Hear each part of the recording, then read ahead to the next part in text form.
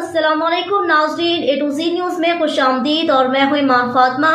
नजर डालते हैं आज के इलाकाई और इंटरनेशनल खबरों पर।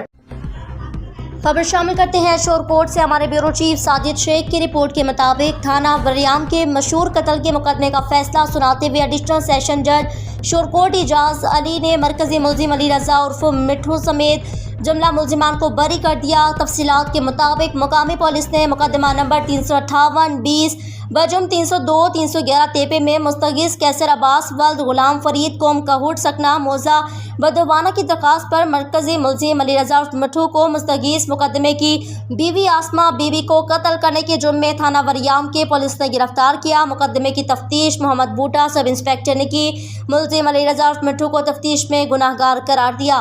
मरकजी मुलजिम अली रजा मिठू की जानिब से मुकदमे की पैरवी मशहूर कानूनदान Anwar Hussain Tahir advocate high court ने की और Anwar Hussain Tahir advocate high court के दलाइल पर एडिशनल सेशन जज शोरकोट इजाज अली ने जुर्म साबित न होने पर मरकजी मुलजिम अली रजा मिठू और दीगर मुलजिमान गुलाम शब्बीर आरिफ मंजूर अकवाम कोहट सकना मौजा कायम बरवाना को मुकदमे से बरी कर दिया।